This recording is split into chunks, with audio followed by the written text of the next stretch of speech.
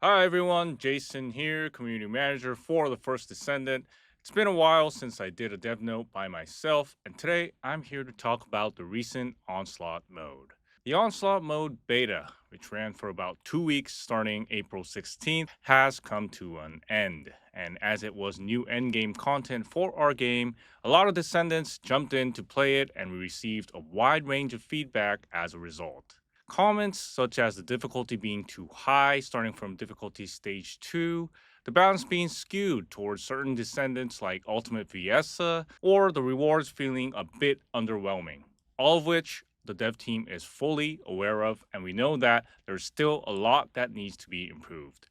Based on the feedback all of our descendants have sent in, we're preparing the official update with these improvements applied for the May 21st patch. And today, I'd like to walk everyone through on what's coming.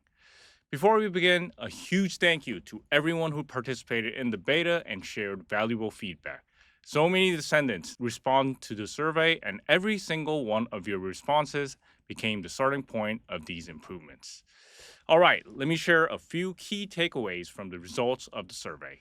First up, the part many of you are probably curious about, the overall satisfaction with the beta. About 49% of the respondents said that they were satisfied, and around 25% were dissatisfied, and about 26% were neutral. While nearly half of our descendants gave positive feedback, this also means that about 1 in 4 players were a bit disappointed.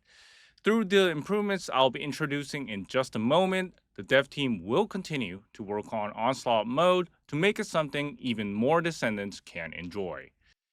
Next up is the overall perceived difficulty. And starting with stage 1, about 46% said that they felt average, and around 30% said that it was easy. So, stage 1 seemed to have landed well as the intended entry level difficulty. And moving on to stage 2, the difficulty clearly ramped up, and many of you seem to have felt it. Over 62% said that it was difficult, and about 14% said that they didn't even attempt it. For stage 3, a much higher portion of descendants didn't play at all. About 44% said that they skipped it, while 51% rated as difficult. Yeah, the number of players who found it easy was quite low. So, this trend also showed up in the perceived playtime. Both stage 2 and stage 3 had a lot of feedback saying that the playtime felt too long. And next up, let's talk about abilities. Over 68% of descendants felt that abilities are important when it comes to completing Onslaught mode. There were comments about the lack of variety and that it was hard to tell which abilities were actually useful. So, while abilities are clearly important, looking at your feedback, there is also an area that needs a lot of improvement. I'll get to this part shortly. Moving on to defensive assets, the barricades got a lot of positive feedback for being very useful, while the sentry turret and disruption wave generator scored slightly lower in comparison. When it comes to upgrades, the barricade was also generally seen as the strongest pick. Overall, most of our descendants felt the cost of these assets was reasonable for what they got, but there was also feedback that the sentry turret and disruption wave generator have room for further improvement. And next, let's talk about the emergency events that pop up during the gameplay. Opinions were a bit split when it came to how challenging they were to clear and how rewarding they felt. And finally, the overall flow of play. About 57% of the descendants said that the flow was easy to follow, which is a relief, as it seems Onslaught mode isn't being seen as overly complicated, and we are really glad to hear that. And beyond these, there were plenty of other positive and negative feedback. On the positive side, the most common responses were so it was fun to face increasingly stronger enemies. It was fun to play with different strategies depending on ability selection. And also, it was fun to play by changing defensive asset placement and upgrade strategies. On the negative side, the most common responses were the clear rewards weren't satisfying enough, enemy HP was too high, making them difficult to defeat, and also playtime was too long. Once again, huge thanks to every descendant who shared their thoughts. So now, let me share the various improvements we've been preparing based on the feedback. First off, the starting position in Onslaught mode has been changed. So, to cut out unnecessary travel time, players will now start near the energy concentration point. And the Colossus battle location has also been changed as well. The Colossus will now spawn in the same combat area where players fought the final wave. So the idea is that it makes more sense to keep the battle in the space where you've already set up your defenses. We're also adding new named monsters. Greg, Sigvor, and Ledros will be added, which share the same additional skills as the existing named monsters, Kulin, Goros, and Gramus.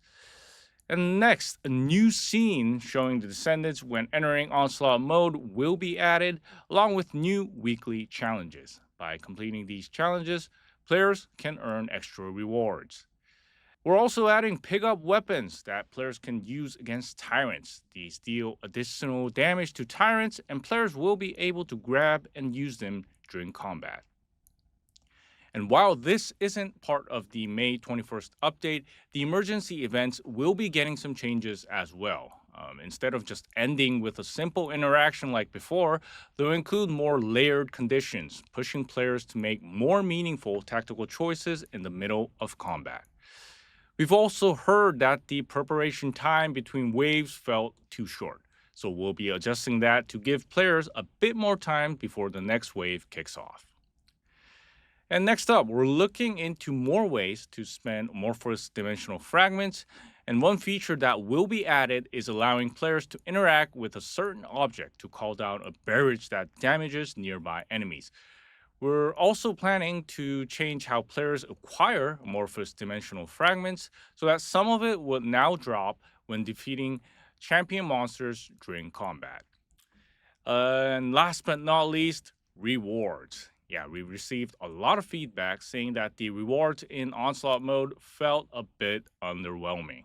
So starting with the official update, the rewards will be improved as follows.